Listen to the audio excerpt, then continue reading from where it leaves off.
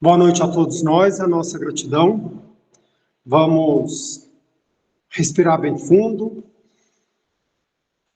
serenar os nossos corações, elevar o nosso pensamento a Deus, que é o nosso papai. Gratidão a Deus, que o tempo todo está nos ajudando. Então, que o Senhor Deus possa iluminar e guiar o nosso caminho. Vamos agradecer a Jesus, o nosso irmão maior, o amor de nossas vidas, que veio até a terra e se fez o evangelho vivo. Então, gratidão, Jesus. Gratidão a Maria Santíssima, a mãe de Jesus, que cuidou dele e cuida da gente. Gratidão à espiritualidade amiga, ao nosso anjo da guarda, aos nossos mentores, ao mentor aqui da Fraternidade Espírita, Jesus de Nazaré, de Bernadas, Rio Grosso, Minas Gerais. Que nesse momento essas nossas vibrações, esse nosso pensamento no bem, possa estar indo de encontro a Deus, a Jesus, a espiritualidade amiga, e está levando a conforto e alento a todos os nossos irmãos que estão nos dois planos, e que esteja também do lado do nosso irmão Hércules Abreu, o intuindo, para que ele possa trazer para a gente bastante esclarecimento.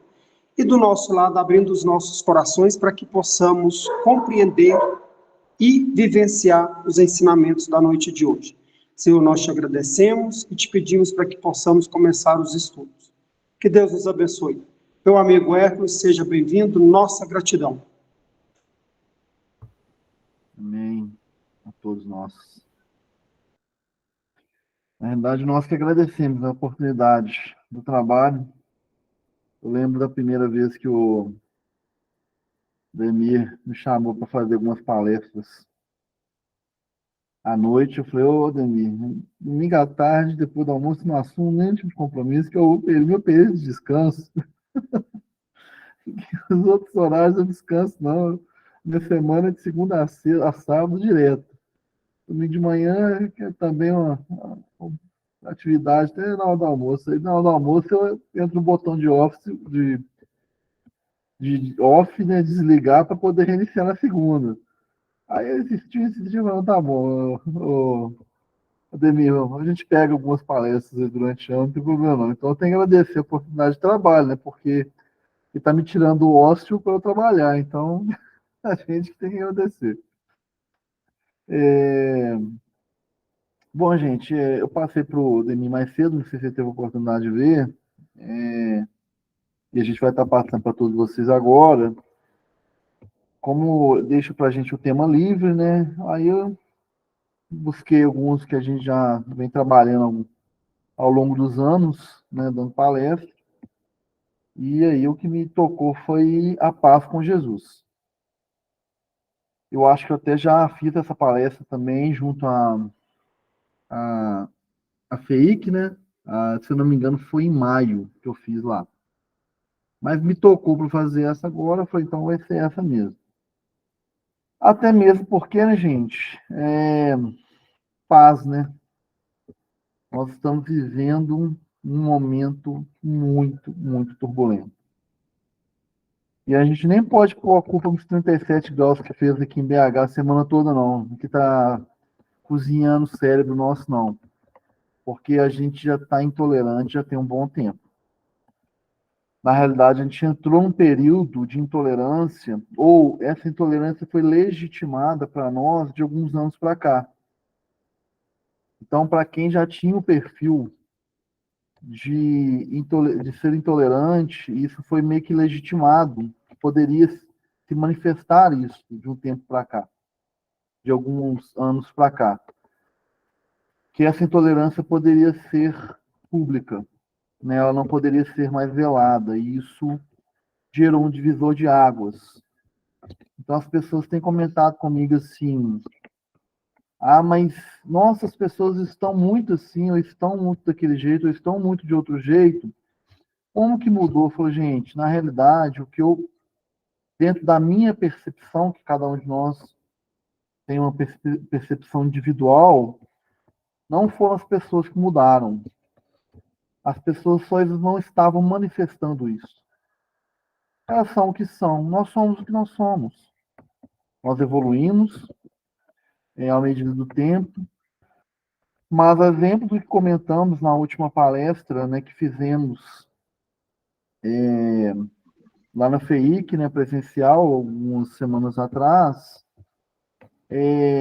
a nossa mudança, ela parte segundo os espíritos, ela parte do intelectual, nós vamos nos intelectualizando, nós vamos estudando, nós vamos aprendendo para que a gente evolua moralmente. Então, a evolução intelectual ela sempre vai se dar a passos mais rápidos, mais largos do que a evolução moral. Então, a gente faz essa pequena introdução, novamente dando boa noite a todos, né, agradecendo pela participação aqui num domingo, né, à noite, e reforçando o motivo de talvez este tema ter tocado mais os nossos corações. Porque quando a gente fala que estamos intolerantes, eu de um tempo para cá, desde que eu estou na doutrina espírita, alguns anos, eu parei de usar para falar das coisas do eu. Eu estou falando que eu parei de usar o falar eu falo nós. Então eu falo estamos intolerantes. Nós estamos intolerantes. Né? E isso é perceptível.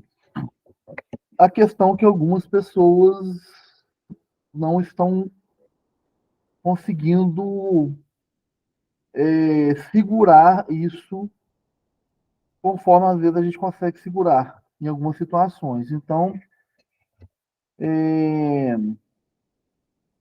eu não lembro, minha memória pode estar falando de termos tanto ataques às escolas, como estamos tendo aí de uns 4 anos para cá, de uns 5 anos para cá. Eu não lembro de termos tanta feminicídio ou estupros na frente de câmeras. Né? Então, ou seja, as câmeras não estão inibindo essas pessoas. Então, a pessoa vai com a cara aberta, a câmera filma e ela cometendo um feminicídio. Ou agredindo uma mulher, né? Um homem agredindo uma mulher. Né? Ou situações de estupro, da qual a gente teve na mídia há pouco tempo atrás, em que foi filmado tudo. Então, eu diria que isso foi que meio que o que estava velado foi legitimado e as pessoas estão fazendo sem preocupação de punição, de não serem punidas. E aí, o que entristece bastante a gente, eu não deveria entristecer, porque Jesus já previu isso há um bom tempo, são cristãos, ou eu gosto de chamar os ditos cristãos. Né? Eles chamam de cristãos, mas infelizmente não tem Jesus como referência, porque Jesus, hora nenhuma, aprovou esse tipo de conduta. Né? A gente tem a população LGBT+, LGBTQIA+, a gente tem os negros, a gente tem os judeus, a gente tem uma série de variáveis que constroem a riqueza do planeta Terra, e a gente recebeu autorização de poder matar um gay nos últimos 4 anos. Então, assim, para quem? Quando eu falo autorização, gente, eu falo que quando uma figura pública vem e traz isso de forma muito transparente, demonstrando ser a personalidade dele, ele está falando à população o que elas podem fazer. Né? A lei não aprova, mas a figura pública está aprovando e está legitimando isso. Então, a gente tem percebido isso muito forte de um tempo para cá. As pessoas falam que a pandemia fez com que muita gente se desequilibrasse, muita gente entrasse em depressão, muita gente falasse, não, gente, a pandemia não fez nada. As pessoas já eram assim. Esse período, dentro do ciclo pandêmico, só fez com que elas mostrassem como elas são. Porque quando eu entro no campo do desânimo, é claro que todos nós oscilamos, né? Quem não oscila são espíritos superiores. Então, eu não vou ter a prepotência de falar que eu estou nessa categoria.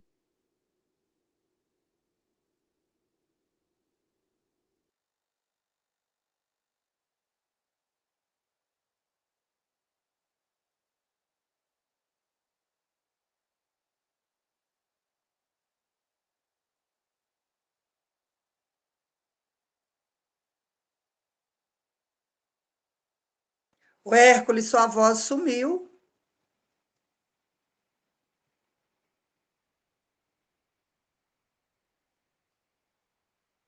É só para mim que eu não estou ouvindo? Para mim também.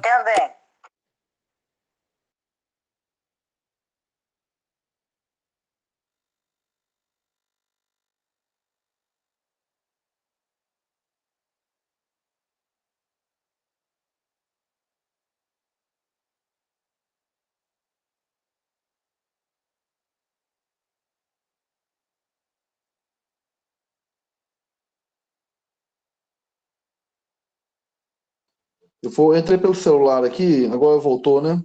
Que o meu notebook deu algum problema aqui no áudio dele aqui, não sei o que foi. Deixa eu vou pegar só, acho que só não, acho que dá aqui. Tá dando para ouvir tranquilo? Agora? Tá?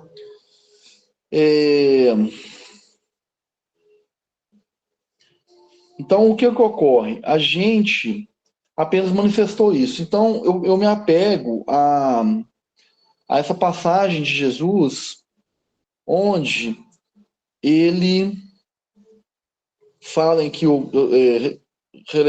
retomando aí, que deu problema no microfone, Miramês, algumas mensagens dele finalizou assim: quem perseverar até o fim será salvo. Quem perseverar até o fim será salvo. E aí, dentro da doutrina espírita, a gente está algum tempinho estudando um pouco, a gente compreende que essa salvação não é a salvação mística, da qual a gente tem uma bagagem das igrejas, né, que é aquela salvação em que você vai para o céu e vai ficar contemplando Jesus. Né, vai ficar lá sendo servido pelos anjos, né, comendo uva, eles abanando a gente assim para a gente não sentir calor, esse calor de 37 graus aqui. Gente, por Deus, isso é infantil, né? E esse espírita que acredita nisso ainda, e já chega a ser infantilidade muito alta. Emmanuel, quando ele escreveu, se eu não me engano, está no prefácio do livro Há 2000 anos, se eu não me falha a memória. Ele fala: vamos ser muito criticados por esta obra, porque as pessoas ainda, eu vou usar as minhas palavras, tá, gente? Elas ainda querem essa salvação ilusória. A gente trazer que o plano espiritual às vezes trabalha mais do que o plano físico não vai agradar muita gente. A gente trazer que aqui é uma cópia imperfeita do plano espiritual não vai agradar muita gente. E eu conheço muitas pessoas que participam da doutrina espírita e retornam para outras religiões. E a gente, às vezes, quando tem abertura para isso, a gente fala assim: mas algum motivo para você fazer isso? Não consigo acreditar em reencarnação. Gente, acreditar em reencarnação é muito complicado, porque eu não posso pôr a culpa em ninguém dos meus erros, dos meus vícios, das minhas falhas. Só em mim mesmo. Realmente é muito mais fácil não acreditar. Eu, eu me recordo de um diretor de uma empresa que eu trabalhava, a esposa dele é espírita, né? Acredito que seja ainda, né? E ele era policial civil, depois ele era diretor, era um gestor, um gerente. E aí ele depois saiu da polícia e foi trabalhar em empresa. Então ele ficou muito gravado para mim uma vez, que a gente estava num papo desse na hora do almoço. E ele falou: Hércules, eu sei que a reencarnação é um fato comprovado cientificamente. Existem N trabalhos científicos já, assim, comprovando que a reencarnação é uma lei. A literatura espírita, porque ele não é espírita, mas ele acaba lendo porque a esposa traz isso de forma muito lógica, mas eu prefiro não acreditar. Eu prefiro não acreditar. Ô, gente, eu não tenho o que falar com uma pessoa dessa. O máximo que eu posso falar é usar o exemplo de Chico, né? Que uma pessoa chegou perto dele, essa história é muito comentada no nosso meio, e chegou perto dele e falou assim: Ô Chico, eu não consigo acreditar em reencarnação, por mais que vocês expliquem, mas. Aí Chico, eu também não. Muitos anos depois de estudar, depois de viver e tudo, aí essa pessoa mesmo chegou pro Chico, realmente, hoje eu acredito em reencarnação. Não tem como eu negar mais, o Chico, eu também acredito. Então, assim, a gente não tem o que você discutir com uma pessoa dessa. Quando a pessoa renega a própria ciência, o que você vai falar? Respeitar a posição dela. Eu só não tenho a evolução do Chico de falar que eu também não acredito. Eu vou falar disso. Você não acredita, eu acredito e vamos continuar sendo amigos. Para mim é inegável. Para você é negável. Então, vamos ficar cada um com a nossa posição e vamos continuar sendo amigo. Eu não sou evoluído a nível do Chico para eu chegar e ter esse nível de compreensão, né? Então, assim, a gente tem toda essa bagagem e a gente está preferindo a ilusão. Então, quando Jesus nos fala isso e Miramês repete, quem perseverar até o fim será salvo. Ô, gente, é a única salvação que existe, a salvação nossa de nós mesmos. É porque nós que travamos a nossa evolução. Nós que não nos permitimos voar, alçar voos maiores. Nós estamos tão pregados na matéria, tão, como diz o Espírito de Verdade, no capítulo 6 do Evangelho segundo o Espiritismo, no item 5, ele fala para a gente, só buscar na memória aqui, vós que estão acostumados, vou usar minhas palavras mesmo, com as suas trevas interiores. E tipo assim, estão renegando o facho da luz divina que eu estou. Isso aqui a gente não estava preparado, aí não tô com a colinha aqui agora, não, aí não estou lembrando exatamente como está o texto, eu vou tirar a mensagem. Então eu falo assim, o que o Espírito de Verdade quis dizer para a gente assim, ó, vocês estão tão acostumados, estão tão viciados, estão tão incrustados nas trevas que vocês vivem, vocês estão renegando o facho de luz. Então não renegue a doutrina espírita. O que aconteceu? Renegamos. Pelo menos muita gente renegou aí durante as primeiras décadas dela. E muita gente renega até hoje. Então, assim, ele vem em 2000 anos, traz para a gente a fórmula da paz, que não é uma receitinha, não é a fórmula matemática. Ele fala a fórmula da paz, se você quiser, ela vai lá e lê as bem-aventuranças, está lá. Ali é a fórmula bonitinha. A ponto de Gandhi falar, né, que não era cristão, falou, ó, com toda sinceridade, vocês podem, eu não lembro qual foi a pergunta que fizeram para ele na época, mas assim, ó, pode, não sei se é alguma coisa em relação ao que ele achava do cristianismo, ele falou, ó, podem queimar todos os livros, podem, eu vou usar minhas palavras também, podem acabar com toda a literatura do planeta Terra. Se mantiver as bem-aventuranças, a gente tem tudo o que a gente precisa para poder nos tornarmos pessoas melhores. Então a fórmula está lá. E ele nos trouxe isso há 2000 anos atrás.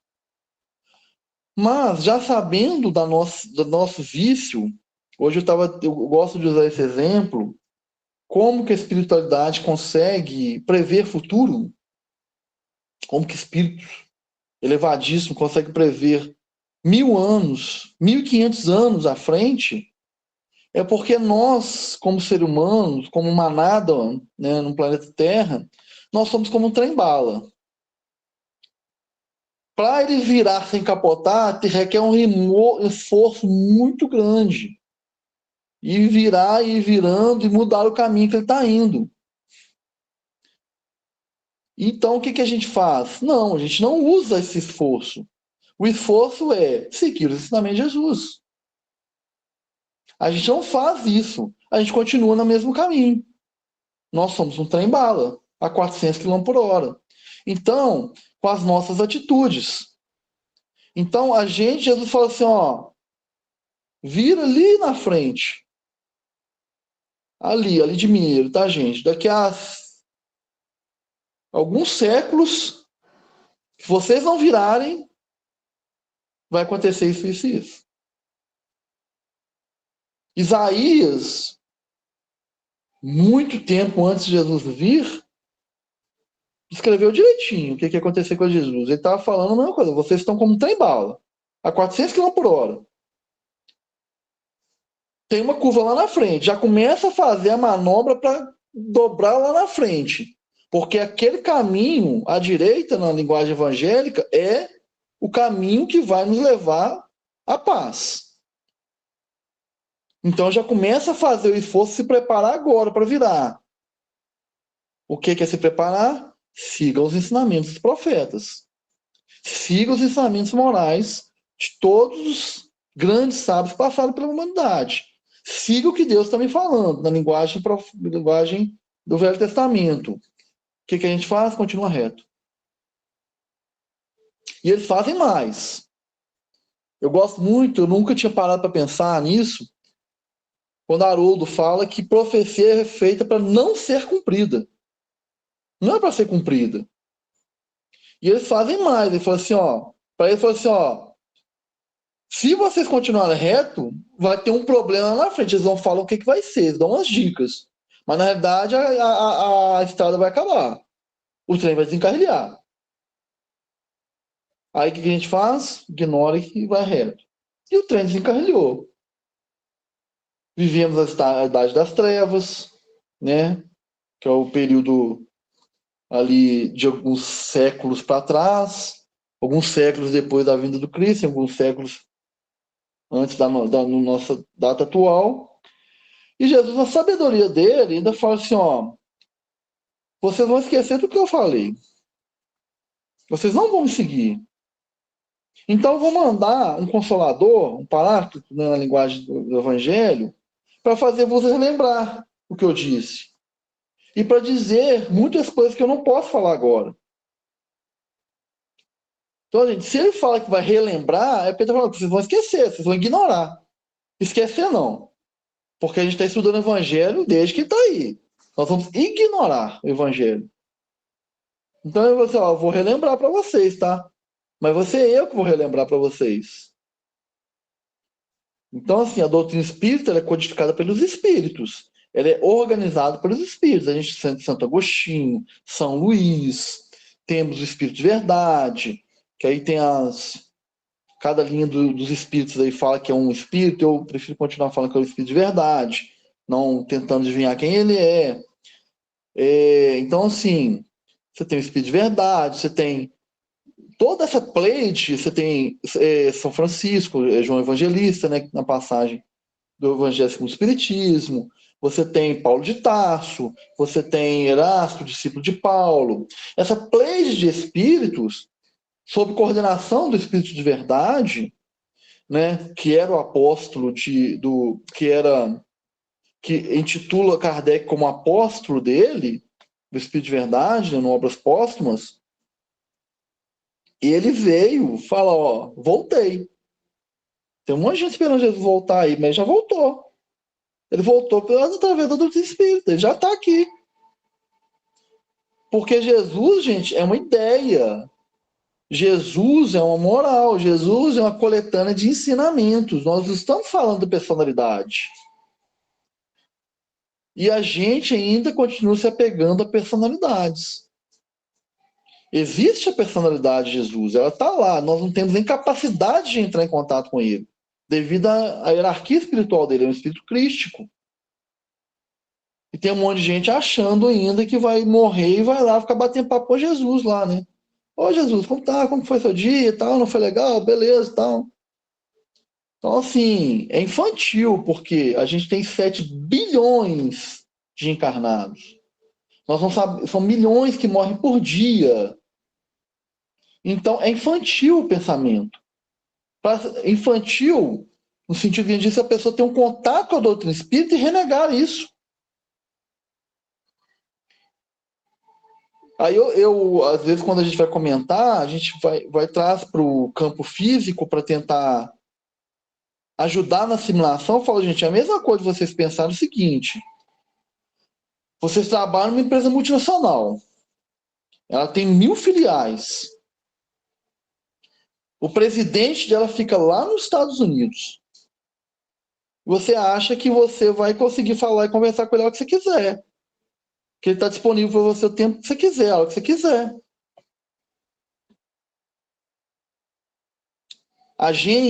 Eu sou muito defensor dos profissionais da psicologia e há um tempo atrás, proseando com um colega meu que é terapeuta, batendo papo com ele, a gente estava comentando sobre isso, gente. Infelizmente, nós temos hoje ainda muitos espíritos que se renegam à ciência.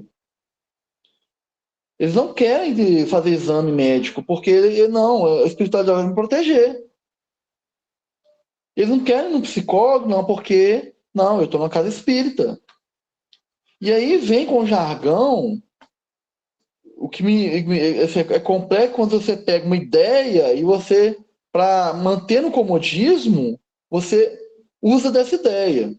Quando começar a falar que Jesus era o maior psicólogo que existe, isso é um fato. Gente, Jesus não é o maior psicólogo que existe. Jesus é o doutor supremo abaixo de Deus para nós. Não, desculpa, na Terra, ele é o doutor supremo de todas as ciências. Ele é o professor. Aí a pessoa vem assim, não, o melhor psicólogo que tem é Jesus. Não precisa de terapia. Aí esse colega meu que é terapeuta falou, não, beleza, então tenta marcar uma hora com Jesus. Para ele te atender. Hoje nós não estamos menosprezando o valor de uma prece. Nós não estamos menosprezando o nosso contato íntimo com Jesus. Sem isso, não vai ter psicólogo, não vai ter médico, não vai ter ciência que vai te salvar. No campo físico e no campo da psique. Porém, se a espiritualidade fosse agir diretamente no plano físico, não precisava de médium. Não precisava de encarnado. Para que encarnar? Os próprios espíritos falam, se acabar com os encarnados, o plano espiritual continua rodando do mesmo jeito. Porque o plano original é o do espírito. Nós somos espíritos passando por uma passagem no plano físico.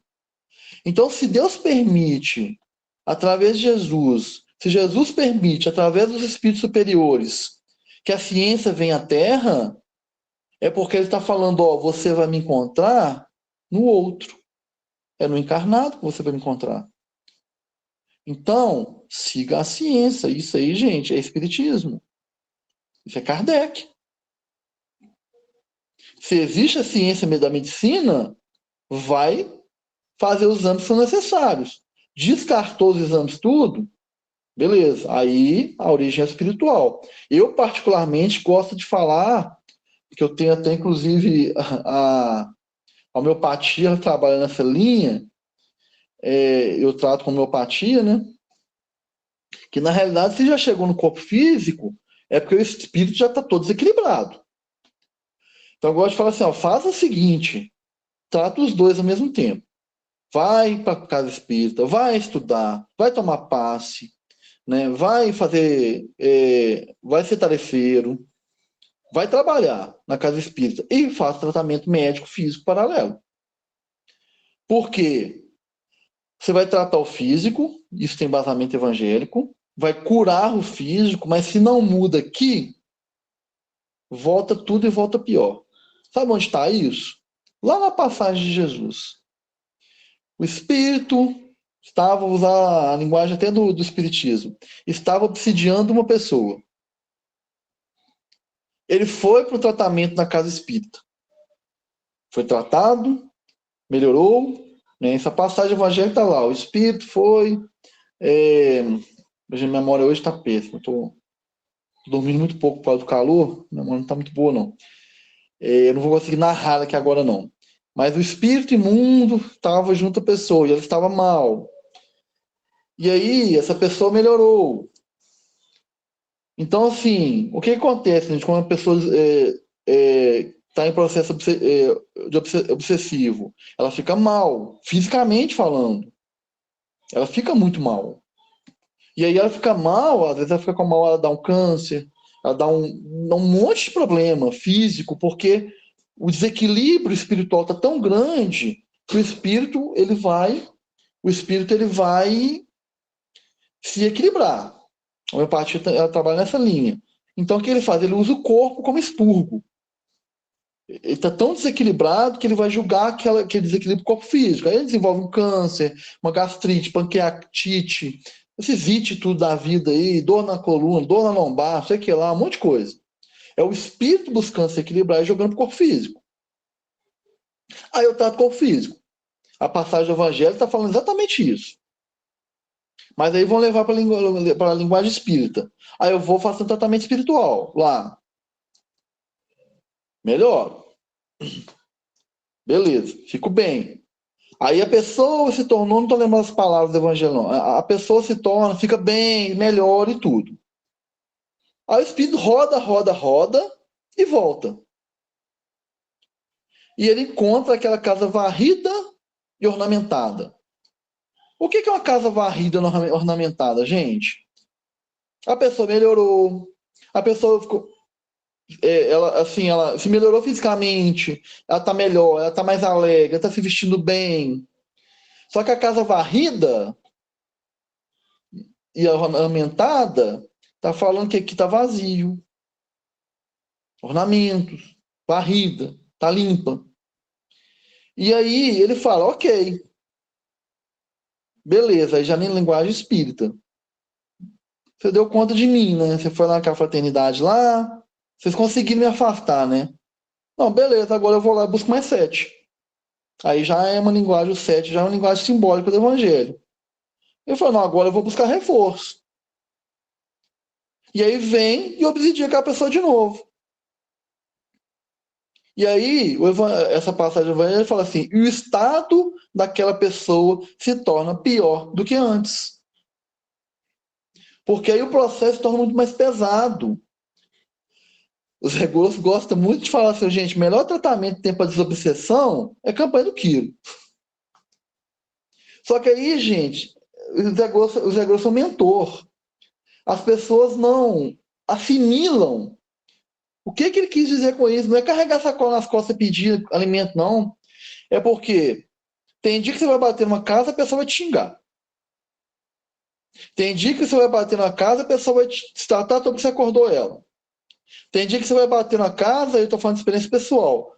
O filho daquela dona morreu no dia anterior, assassinado. E ela só quer conversar. Tem dia que você vai bater numa casa, a pessoa vai te tratar tudo bem, super bem. Tem dia que você vai bater num palacete, a pessoa vai falar que não tem nada. Tem dia que você vai numa vila, onde você olha que a pessoa está até enferma, ela faz questão de levantar, ir lá e pegar um pouquinho do que tem e te dar. Esse é o tratamento desobsessivo. É que você está trabalhando seu orgulho. Não é porque você está carregando sacola nas costas com alimento para montar a cesta básica, não, gente. Isso para espiritualidade não é nada. É porque a campanha do quilo, ela mexe profundamente com o orgulho da pessoa.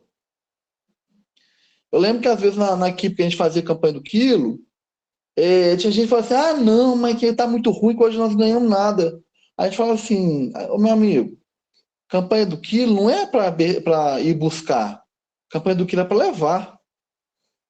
Se a pessoa der alguma coisa, ótimo, a gente vai levar e montar a cesta. Mas se ela não der, campanha do quilo é uma tarefa de evangelização. Por isso que o Zé Grosso fala, ó, não tem tratamento melhor para desobsessão que uma campanha do quilo. Joga a sacola nas costas e vai dar a cara às tapas. Aqui a gente vai ver de tudo, a gente está lidando com pessoas. Então, assim, mas é lógico que ele está falando de uma forma simbólica, né, gente? A gente sabe que às vezes vai precisar de uma reunião mediúnica, a gente sabe que vai precisar de uma série, de um tratamento espiritual, mas ele está usando a simbologia. Então, a gente precisa ficar muito atento a esses sinais. a essas mensagens? Porque Jesus ensinou para a gente isso, gente. O cristão, Jesus ensinou o cristão a perdoar. Não é chegar e falar que não perdoa na frente, às vezes, das câmeras. Não perdoa uma pessoa que se intitula cristão. Então, assim, a gente observando, minha esposa é católica, assim, quanta violência dentro da igreja. Dentro da igreja. A gente viveu isso tudo nesses 4 últimos anos. Violência. Ninguém pode respeitar mais a opinião do outro. Beleza, você tem a sua opinião, eu tenho a minha, ótimo, vamos conversar, vamos continuar amigo, ótimo, excelente. Não, violência dentro da igreja. Violência nas ruas. Ô, gente, cadê a paz com Jesus? Cadê Jesus? Então, a gente colocou nessa palestra nossa de que a gente materializa tanto as coisas. Eu gosto muito de falar assim, ao invés da gente tentar se elevar aos espíritos superiores, tentar entender, estudá-los, tentar, assim, nossa, como pode Pedro fazer o que ele fez? Como pode o Chico fazer o que ele fez? Como pode Francisco de Assis fazer o que ele fez? E tentar sair da nossa zona de conforto e tentar seguir essas pessoas, entender como elas eram tão desprendidas e tão amorosas. Não, a gente rebaixa o nosso tamanho. E fica criando um monte de teoria dentro da doutrina espírita para tentar justificar e falar assim, não, esse espírito é um espírito, é um ser humano qualquer, como qualquer outro. Não, gente. São espíritos muito mais evoluídos que nós, que não é a gente que tem que rebaixar o nosso tamanho, não. É nós que temos que tentar nos elevar à grandeza deles. Isso é muito complexo.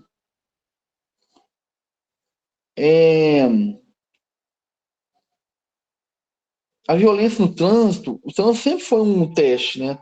Para mim é um teste enorme. Mas está tomando proporções, assim, muito complexas por intolerância. Eu lembro que o Haroldo conta uma história em que, se eu não me engano, estava ele e o filho dele no carro dele. Eu acho que alguém fecha ele, algo desse tipo. E ele já parte para abrir o vidro e xingar a pessoa. Aí o filho dele fala assim, pai, você já parou para pensar se essa pessoa é uma das pessoas que assiste suas palestras? Aí trava na hora. Então, gente, a gente, quando... Eu acho legal, assim, eu acho que as pessoas têm livre-arbítrio, elas podem fazer o que querem, mas tinha uma coisa muito interessante que uma ex-presidente da casa, a Cida conhece ela, a Roselina, né? Ela falava com a gente, ô, gente, tudo bem, não tem problema, você quer beber, você gosta de beber e tal, mas é complexo porque você vem aqui, dá uma palestra falando de N situações, de obsessão, de tudo, aí depois a pessoa te vê num bar ali, copo sujo enchendo a cara. É complicado isso. Então, assim, gente, assim, por favor, não me interpretem mal, não estou julgando as pessoas que fazem isso. De forma alguma. Assim, todo o direito de fazer. Mas, aí eu lembrei, foi intuição, ver que agora uma fala, se não me engano, é da Lady Di. Ela falou assim, não basta ser princesa, eu preciso parecer princesa. Ô, gente, olha a sabedoria dessa mulher. Não basta eu ser espírita, eu tenho que parecer espírita. Porque não teria problema eu fazer uma coisa ou outra, mas a gente está dentro de um meio em que, quando eu estou falando meio espírita, ele é muito esclarecedor. Se vai um médium nesse bar, gente, minha irmã é médium. Ela ia entrar no bar, ela viu o triplo da população e boa parte era sugando os fluidos de quem estava bebendo. Então você está alimentando seu vício, alimentando o vício dos seus obsessores. Que naquele caso nem é um obsessor, assim, o obsessor. É um espírito enfermiço que gosta muito de você e não quer sair do seu lado. E não percebe que ele está te fazendo mal e você não percebe que está fazendo mal para ele. Então, alguns ambientes, para nós que já temos um conhecimento do plano espiritual e para o médium, principalmente, o médium imã, eles precisam ser evitados, porque nós ainda não temos capacidade de entrar. Essa é uma analogia que um rapaz do Minamis faz, o Marcelino, que a Cida conhece bem também. Ele fala assim: nós não temos a capacidade de entrar na lama e sair limpo. O sol, sim. E qual que é a simbologia que os espíritos usam de Jesus? É o sol que ilumina a terra, é o sol que brilha. O sol entra na lama, vai lá e volta sol, e sai sol. A gente entra na lama e sai todo sujo. Então, assim, se a gente ainda não tem a capacidade de lidar com alguns dos nossos vícios interiores milenares, evite. Porque quando a gente tiver de estar em contato com aquilo, você não vai precisar buscar a espiritualidade, vai te colocar. Ela vai te colocar em teste. Ela fala assim: mas já está na hora dele passar por essa aprovação aqui, ou por essa expiação, dependendo da situação. Não, essa aqui já dá para te colocar em teste. Ele vai te colocar no teste. Não precisa buscar, não, gente. Preocupa, não. Dá um exemplo que isso é muito bem ilustrado no filme O Mensageiro da Paz, né, de Valdo Franco, e quando ele vai lá no prostíbulo, né, junto com um amigo dele, ele já tinha equilíbrio espiritual para entrar ali, não ser influenciado do amigo dele, não. Então o que Joana de Anjos pede para ele? Da próxima, vá sozinho. Por quê? Mas por quê? Porque o seu amigo, não lembro, recordo o nome dele aqui agora, ele é marinheiro. Já parou para pensar o nível de tentação que tem para uma pessoa dessa num local desse? Então, gente, o dia que ele precisar ser provado nesse campo, tanto que até tem uma brincadeira muito engraçada lá, que o espírito fala assim: epa, tô te vendo aqui, né? Já veio de novo, tipo assim. Aí o Givaldo dá o recado pro menino: não, nunca fui lá, não. Tipo assim, ele já frequentava. Então, assim, tanto que ele é a figura conhecida dos espíritos lá, né? Que estavam lá. Então, assim, o dia que ele precisar de passar uma aprovação dela, ele não vai precisar de procurar, a espiritualidade vai colocar ele ali. Seja no fumo, seja do alcoolismo, seja da sexualidade, seja da maledicência, que a gente só fala de vício físico, né? Fumar, beber, sexo, né? Aí, maledicência é um vício, né? Um dos graves, entre outros vícios espirituais, né? Julgamento, que a maledicência está dentro dele. É um vício terrível. E isso, gente, tira a nossa paz. Na realidade, não tira a nossa paz. Nós ainda não a conquistamos. Porque aquilo que é conquistado não é retirado. Isso é doutrina espírita que fala. Nós não perdemos o que a gente já adquiriu. É nosso. Você já atingiu o equilíbrio naquela situação, a espiritualidade vai te trazendo uma reencarnação para que você seja provado em graus maiores. Eu me recordo, tem uma passagem muito interessante no livro Francisco de Assis, aí me chamou muita atenção. Porque o Francisco ele tinha um hábito, às vezes, de repousar debaixo de uma árvore. E às vezes ele via fados, os elementares da natureza ali brincando, trabalhando, né, fazendo a tarefa que lhes é competida, né? Todos esses seres elementares estão ali, né? São os humanoides e tudo. E aí, em certa situação, ele deita, encosta, e ele era tipo Jesus, né? Se encostou, se fechou o olho, já está trabalhando no plano espiritual, né? Mas nesse dia específico, ele entrou em desdobramento e aí apareceram várias mulheres para ele dançando danças eróticas, né? Porque por mais que as pessoas renegam, gente, alguns tipos de danças, elas são formatadas para mexer com a parte sexual do ser humano. É inconsciente. Não é nem consciente, é inconsciente, é milenar. Isso a gente hoje, as palavras estão tudo fugindo na cabeça. É antropomórfico, é evolutivo. Então, elas são criadas, os movimentos, tanto que muitas danças foram criadas para acasalamento e tudo. Então, algumas elas são criadas, a coreografia é criada para mexer com a parte da sexualidade. E elas começam a fazer essas danças para o Francisco de Assis. E ele volta para a vigília, para o plano físico, ele percebe que ele estava com ereção. E aí, quem lê o livro vai lembrar que ele se martiriza e tal, ele rola num espinheiro.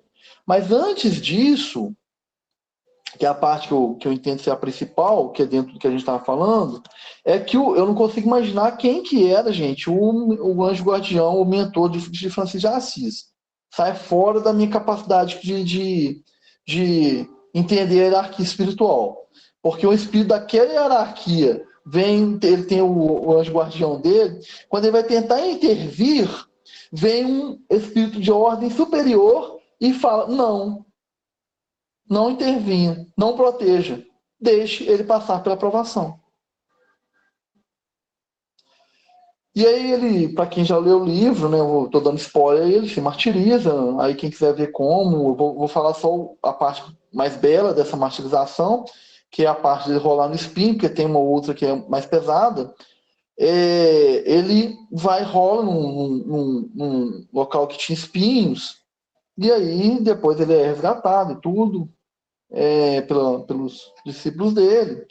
E aí a espiritualidade, Miramês nos relata, né, que eu estou falando do livro Francisco de Assis de Miramês, nos relata que no outro dia, ao invés de sangue, no local que ele rolou, tinha rosas. Nasceram rosas. Porque, assim, foi um recado espiritual, ele falou assim, ó, este aqui é um ser diferenciado. Então nós não vamos deixar nem o sangue dele exposto. Onde tem o sangue dele, vai se tornar um canteiro de rosas. Aí é a interpretação minha, tá, gente? Lá, o relato é mais literal. Então, assim, ou seja, gente, Francisco de Assis e aí Miramês faz um relato muito interessante, me marcou muito. Ele fala assim, ó, as últimas provações do espírito, antes de ele chegar à superioridade e à pureza, é o equilíbrio no campo do sexo e o medo da morte. Porque nós espíritas, a gente fala que não tem o medo da morte. A gente fala que não tem medo da morte, não, né? Você sabe para onde vocês vão quando vocês desencarnarem? Ou vocês estão assim, não. Ah, não, se eu for para um brau, tá de boa. Ah, não, se eu for para os planos cardenais, tá de boa. Não vem colocar medo aqui não, tá, Hércules? Não é medo, Sossega. não. Não é medo, não. Ô, gente, é prepotência. Nossa, achar que a gente sabe para onde que a gente vai. A gente não lembra do nosso passado. Eu só sei que eu já fui inquisitor, já fui das cruzadas, de lembrança, assim, me foi permitido acessar. Já fui soldado romano, já matei cristão. Então, eu não sei para onde eu vou. Pode ter certeza que eu não estou muito afim de ir para um brau, não. E nem para os planos cavernais. A gente, sabe por que a gente fala que o espírito fala que não tem medo da morte? Porque o espírito é prepotente. Ele acha que ele vai para o nosso lado. Ele ainda acha que só tem nosso lado de coluna espiritual, né? Eu moro aqui em Belo Horizonte, eu não vou nem para Novos Horizontes, que fica aqui em cima de Nova Lima, não. Onde meu pai mora, minha avó mora, minha sogra. Não. Eu vou para o nosso lar. É prepotência, gente. É falta de estudo. E se estuda, é falta de assimilar o que está estudando. E aí não vai ter paz, gente. Aí vai cair no mesmo campo ilusório da religião protestante, da religião católica. Porque o nosso lar é o céu do espírita. É o único que a gente tem relato, assim, muito bem detalhado. Os outros têm, mas não são tão bem detalhados quanto o nosso lar, em que o André Luiz tem 16 ou 14 livros praticamente falando do trabalho dele no nosso lar, da vivência dele no nosso lar. É muito bem detalhado no nosso lar e assim, e os trabalhos dele, nos planos umbralinos, nos planos cavernais, né? Aí fala, não descreve, olha para vocês verem, não descreve onde que a mãe dele habita, que é uma colônia superior, mais evoluída que o nosso lar. Ô, gente, o espírita não tem noção que o nosso lar é colônia de transição. Ele acha que é o céu. É colônia de transição. O céu, eu vou brincar na minha etapa evolutiva, que de um espírito inferior que eu ainda sou, para mim céu já é onde que a mãe dele vive. Que não tem nem imagem. André Luiz nem relata como é. Ele não foi lá. Ele não visitou lá. Ele relata de nosso lar para baixo. Ou colônias semelhantes, ou abaixo de lá. Então, gente, a nossa paz, ela vai ser construída à medida do tempo em que a gente estudar, compreender o que a gente está estudando, mas, acima de tudo, colocar isso em prática, dentro de nós mesmos. É entender que não adianta eu ficar 7 dias numa casa espírita, estudar 20, 30, 40 obras no ano. Nossa, tem espírito de luz mais trabalhando lá no sério. É muito, porque dá trabalho demais para eles. A pergunta que ela fez aqui no chat. Assim, são lugares muito embralinos. Tem um livro, se eu não me engano, é o Ícaro Redimido.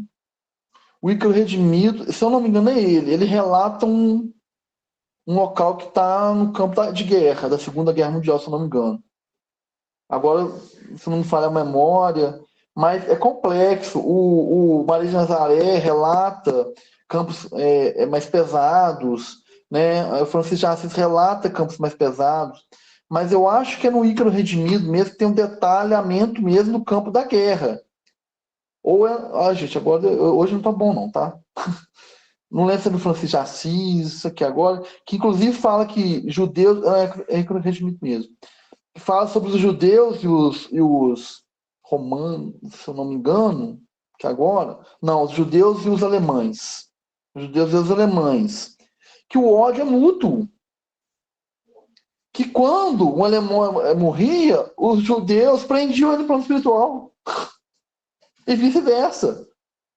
Então eu falo, gente, o que vocês estão vendo no plano físico é kármico, é expiatório. O holocausto é resposta de quem eles foram, porque ele vem como romano, prende judeu. Aí vem como judeu, prende romano. E eles ficam se odiando. Nos milênios. Não tem perdão. E aí tem um relato lá de que às vezes eles morriam, desencarnavam e continuava, o espírito continuava lutando com o outro. Não caía, não via que desencarnou, não. Continuava lutando lá com a espada, não percebia nem sequer que tinha desencarnado. É muito pesado o ambiente. Então, assim, gente, aí na brincadeira do que medo de morrer, eu entendo que Miramês quis dizer isso. A gente não sabe para onde a gente vai. E pior, sabe o que é? A gente não sabe a dor moral de chegar lá e perceber que eu não fiz nem a metade do que eu programei, nem um décimo do que eu programei de fazer aqui no plano físico. Isso tudo é considerado medo da morte. Então a nossa paz, gente, o nosso tempo tá, falta 1 minuto aqui. A nossa paz, ela vai passar a ser construída dentro de nós, porque não existe outro tipo de paz, não, tá, gente? A paz é interna. Aí o externo é consequência, né? Ela vai ser construída quando a gente começar a entender a essência do Cristo, a tirar o espírito da letra, inclusive da literatura espírita. Inclusive da literatura espírita. Porque o que tem de espírita não cristão aí, assim, a gente fica abismado. É espírita, mas não é cristão. Porque não entendeu a mensagem do Cristo. Continua ferrado à letra. E não tira o espírito. O perdão, o amor ao próximo. Que aí, só concluindo aqui que eu iniciei, eu vou 7 dias na semana na casa espírita. Mas o irmão ali está precisando de uma palavra de consolo. Eu falo, não posso não, porque eu estou muito atarefado. Gente, não é cristão. Não entendeu a essência da coisa. E são esses pequenos momentos que constroem a nossa paz. São eles. Ouvir uma pessoa que está sofrendo, né? Ajudar um outro ali que está caído. Aceitar a ajuda de alguém quando a gente está caindo também, que é a humildade. É isso que vai construindo a paz interior. É isso que eu, como estudante da doutrina, e quando vou falar sobre a paz com Jesus, consigo interpretar, consigo compreender que é a paz com Jesus. É seguir Jesus. E seguir ele, vamos resumir como fechamento. Amar o próximo como a si mesmo. Amar a Deus sobre todas as coisas. E ao próximo como a si mesmo. Ele não falou amar o branco ou não. Amar o próximo como a si mesmo. Aí ele dá N exemplos no Evangelho de quem é o próximo. N exemplos de quem é o próximo. Normalmente era inimigo do judeu. Era alguém que o judeu odiava. Era alguém que o judeu achava que era impuro. Normalmente era. Não, o próximo é qualquer um. O próximo, às vezes, é muito mais o seu inimigo do que o seu amigo. Então, no nosso fechamento é isso. A paz com Jesus está aí. Porque ele mesmo fala, amar a Deus sobre todas as coisas. Aí é o primeiro mandamento. Porque ele é o criador de tudo. E o segundo é semelhante ao primeiro. Amar ao próximo como a si mesmo. Aí encontram-se todas as leis. E todos os profetas. Ou seja, todo o ensinamento moral do Cristo está aí dentro. E é isso aí. A gente agradece também, agradecendo pela oportunidade. Jesus continue nos protegendo, hoje e sempre, a todos nós.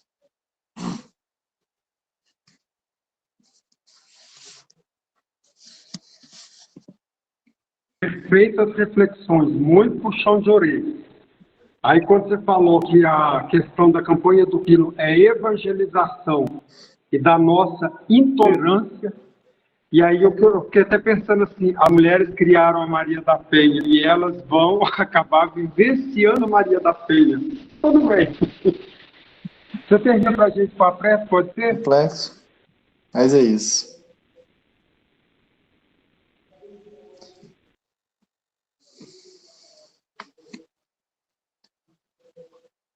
Mestre Jesus, agradecemos pela oportunidade de estarmos aqui mais uma vez na busca de nos aproximarmos de Ti, Senhor. Pois não podemos estar diante da presença física da Sua personalidade crística. Mas em qualquer momento em que olharmos para dentro de nós e pensarmos em um irmão com carinho, com amor, fizermos uma prece para o próximo, buscarmos estender a mão ao necessitado, estamos ligados diretamente a Ti, Senhor.